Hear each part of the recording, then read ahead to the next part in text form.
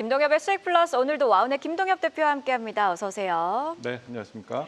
네, 대표님 어제 이슈로 가지고 오셨던 게 생성형 AI였고 시장이 어려운 가운데에서도 생성형 AI 관련주들의 상승세가 눈에 띄더라고요. 먼저 AS 해주신다면요. 네, 어저께 시장이 매우 좀 많이 빠지는 가운데 생성형 AI도 출발은 별로 좋지 않았는데요. 장중에 AI 일자리라든가 AI 강국위원회 관련된 이슈들이 부각이 되면서 그 회의에 참석했던 기업들 위주였는데 공교롭게도 어제 제가 관련주로 말씀드렸던 종목들이 대거 포함이 됐었습니다. 그래서 솔트룩스라든가 뭐 이스트소프트, 마음 AI 모든 종목들이 저점 대비해서 20% 이상 올라가는 그런 모양들이 나왔고요. 앞으로 AI 일자리라든가 이런 것들은 강조가 많이 될 것으로 보이기 때문에 추가 상승을 이어갈 수 있을 것으로 기대하고 있습니다. 네, 그리고 시장 이야기를 좀 해보자면 간밤 뉴욕 증시 변동성을 보이긴 했으나 그래도 결국 나스닥 같은 경우에는 상승으로 마감을 했고 야간 선물 같은 경우에는 1.9% 상승으로 마감을 했더라고요. 오늘 네. 우리 시장은 어떻게 보고 계시나요?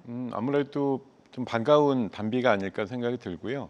뭐 코스피 기준으로 제가 예상을 한다면 한 40포인트 정도 내에 출발은 가능하지 않을까 생각이 들고 어제 130포인트 빠지는데 한 50포인트 정도는 사실 간밤에 더 빠지겠다라는 생각이 들어서 미리 좀 선반영된 부분이라고 생각이 들기 때문에 그 정도만큼의 돌림은 나올 것으로 보입니다.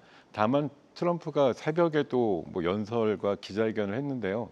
중국을 대상으로 해서 무서운 또 보복 관세에 대한 얘기를 추가로 했고 상호 관세 시행에 대한 의지를 굽히지 않았기 때문에 내일쯤 되면 다시 또 상호 관세 얘기가 부각될 수 있기 때문에 방망이는 좀 짧게 잡고 가시는 것이 필요하다 이렇게 말씀드리겠습니다. 네, 좋습니다. 그렇다면 본격적으로 오늘장 이슈도 함께 체크해 보도록 할 텐데요. 첫 번째 이슈로는 양자 컴퓨터를 가지고 오셨네요. 네, 오랜만에 양자 컴퓨터 들고 왔는데요.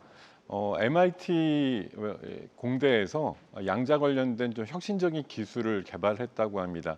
원자 얽힘이라고 하는 그런 기술에 대한 난제를 풀었다고 해서 성능이 좋은 양자컴에 대한 기대감이 한층 커지고 있다는 뉴스가 나온 바가 있는데요. 자, 이런 원격 얽힘이라고 하는 기술이 그동안 양자컴의 발전을 좀 저해했었는데 이런 기술을 좀 혁신했다 이렇게 얘기를 하고 있습니다. 최근에 양자컴 관련해서는 많은 이슈들이 나오고 있는데요.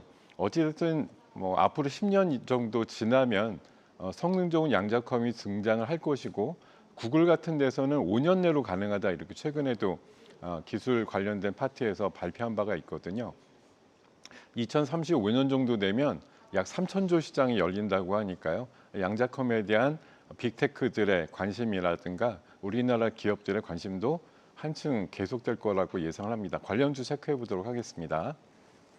네, 먼저 ICTK인데요. 최근에 양자 보안칩의 대량 생산화와 관련해서 변동성이 좋았던 종목이고요. 오늘 추가 상승이 좀 기대되는 상황이라서 고의견 드리겠습니다.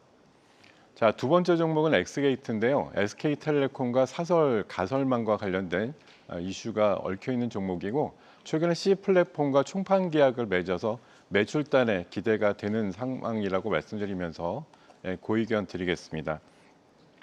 자, 세 번째 종목은 한국첨단소재인데요. 한국전자통신연구원으로부터 에뮬레이션을 최근에 기술 이전을 받아서 양자컴에 대한 기술 개발에 한층 탄력이 붙을 것으로 예상되는 바 고의견 드리겠습니다. 네, 양자 컴퓨터 관련주 세 가지 ICDK, 엑스게이트 그리고 한국첨단소재 모두 고의견 주셨습니다. 바로 이어서 두 번째 이슈도 체크해봐야겠죠. 두 번째로는 사이버 보안 이슈를 주목하고 계시네요. 네, 최근에 뭐 국정원발로도 그런 얘기들 많았는데 북한이라든가 러시아발 해킹 이슈도 상당히 많은 상황이고요. 최근에 뭐 비트코인이라든가 코인 관련해서도 대규모 해킹 사태가 나오기도 했었는데 자, 보안은 잘 나가다가도 한 번 뚫리면 상당히 큰 피해가 나오니만큼 평소에 이제 대비가 필요하다라는 말씀 드리면서 최근에 그 구글 같은 데도 제미나이 새로운 버전으로 해서 사이버 보안을 막을 수 있는 어떤 플랫폼들이 최근에 발표가 된 바도 있습니다. 사이버 보안 관련해서는 최근에 우리 국내 기업들이 해외 진출 사례들이 많이 나오면서 실적에 도움을 받고 있다고 하는데요.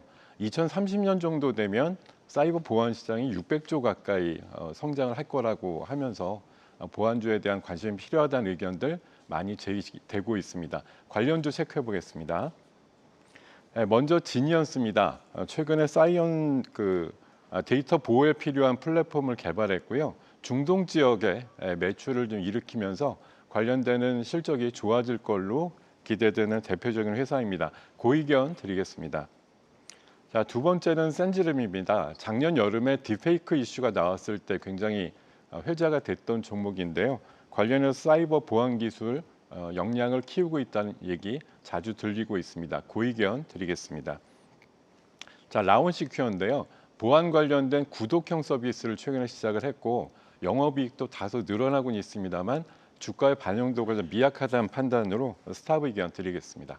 네, 관련주 세 종목 중에서는 라온시큐어는 스탑 의견 주셨고요. 최근에 모건 스탠리가 투자한 지니언스는 고의견, 센즈랩까지도 고의견 주셨습니다.